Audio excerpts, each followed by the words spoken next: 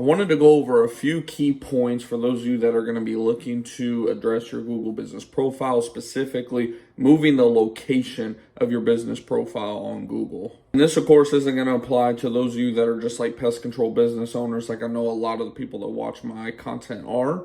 But this is going to apply to any of you who have a physical business profile on Google, and you may be relocating. If you're like us, you're a service business and you're just moving an office, or even if you're, say, a bakery and you're opening up a second bakery, or I guess in this case, moving your bakery from one side of town to another.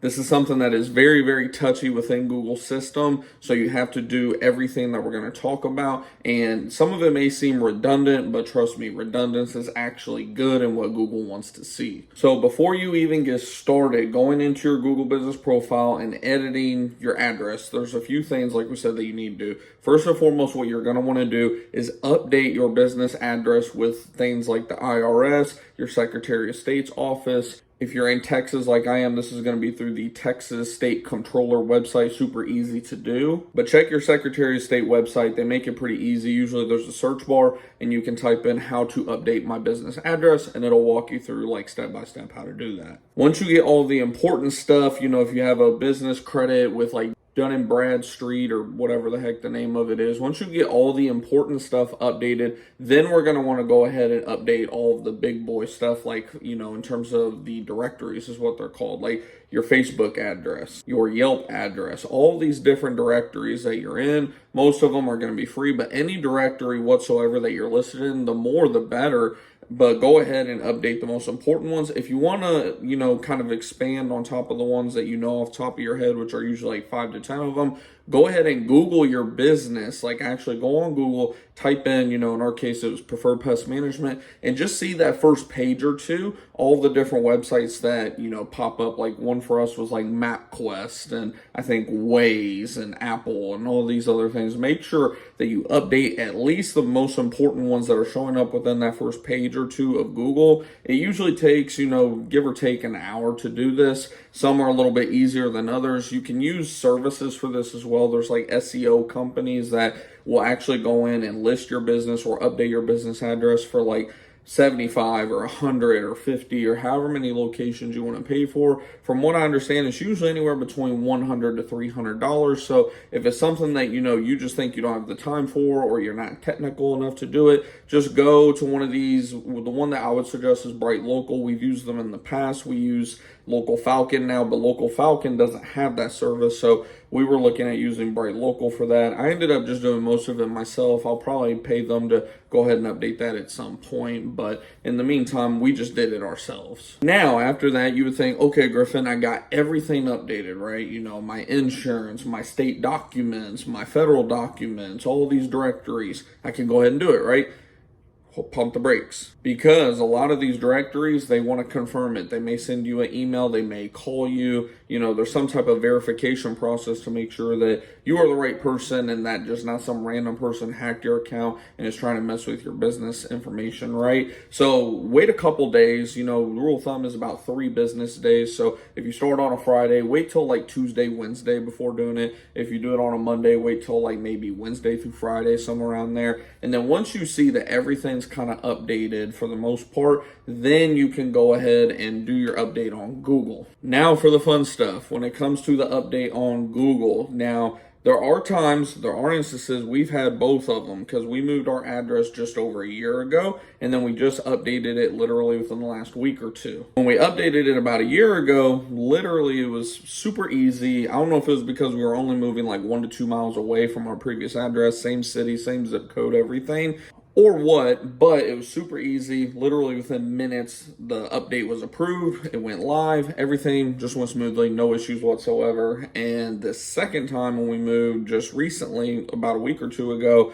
we ran into some hiccups. So if you watch my previous video, I kind of gave, you know, a little bit of background to it. They didn't full on suspend our listing or anything. They just knocked it from verified to unverified. They wanted to make sure that, again, we were the person who we said we are. We didn't just hack the account. They made us actually go in there and do a verification video where we had to put some signage on the door that showed, you know, our business name, the location, the hours, all of that good stuff. And then we had to show ourselves literally unlocking the door, showing that you are the person who has the authority to open this business up. That's a key thing that a lot of people miss. I forget the YouTuber who mentioned that, but he's one of these like Google Business Profile experts. You probably know him if you've looked up any Google Business Profile content in the past. I'll try to link down to his video that I watched down below, because he has he has like an actual PDF that you can download that'll just walk you through step by step, even on what you need in your video. But I'm just going to share from my experience what we did in the video. Most of it is what he covered as well. Like I said, you have your signage. You're going to show yourself with your camera, your phone, going in and unlocking the door, opening up the business. And then literally, I can show you guys my office if you want. I might have a picture. If so, I'll try to remember to like put it up here. If not, I'll show you guys like a little video tour at some point in the near future anyways. But literally, when we set this up, I had one desk, one chair, my laptop, and I had a iPad, and that was it. Like, it was just a blank office essentially. I was even like, man, they're not going to approve this.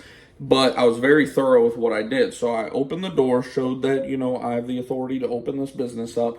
I went in there, showed, okay, this is our main workstation right here where we take a lot of calls in, where clients will come pay us. If you're a service business, this is vital, because with service businesses, it's a big gray area, right? Google will technically say you're a service area business, which means that your location will not be on maps. We want to be on maps by all means necessary, with the actual pin on the map and everything. We don't just want to be a service area business where you can't see our address on the map. It does affect rankings. Don't listen to anyone that says it doesn't, because it 100% does. So with that, with it being a gray area, you have to go above and beyond explaining that, people can come here for business technically. People can come deliver checks to us. People can, just whatever you want to make up in terms of what you think that Google would accept for, business being at the location. You don't want to just say, this is an office where we do phone calls. You want to say, like, this is our office here where, we work. This is our main station, and people will come through this door right here that you see me unlock to come pay us, come consult with us, things of that nature. Just make it seem like, there is actual foot traffic through the office outside of just employees, right? So you probably think, okay, that's probably it now, right?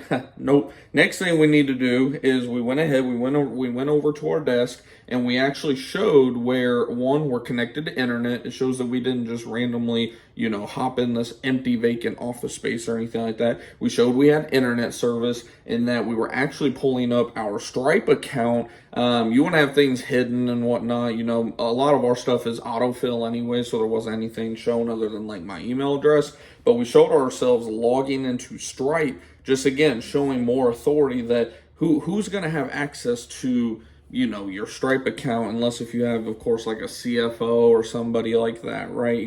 They know most small businesses, if you're logging into a Stripe account, something big and, very, very private, a lot of private information in there, right? That you are probably the owner of the business, the person that can actually make these adjustments, right? So we did that, and I even went ahead and like showed a business card. I think I had something from when I first started the business, like a door hanger or something like that. I was like, here's one of our deals that we got going on right now. Again, just a bunch of authoritative documents and signage and this and that, just again going above and beyond to show Google. And lastly, I actually had our website pulled up as well, and I scrolled down to our footer where I showed here is the updated address as well that you can see on our website, 820 Spring Creek Parkway, Plano, Texas. I forget the zip code now, like 7502523, something like that.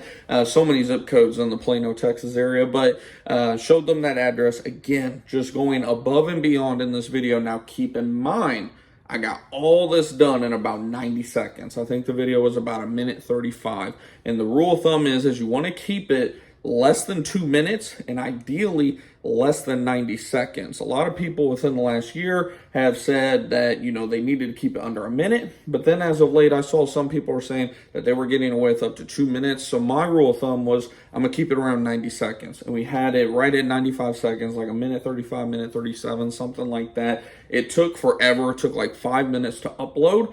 But then once it shows that, the upload is complete, From there, Google just has to go over that video. It can take minutes, it can take days. For us, it ended up taking about a week. We did email their support one time, and then they ended up pushing it through like within 48 hours.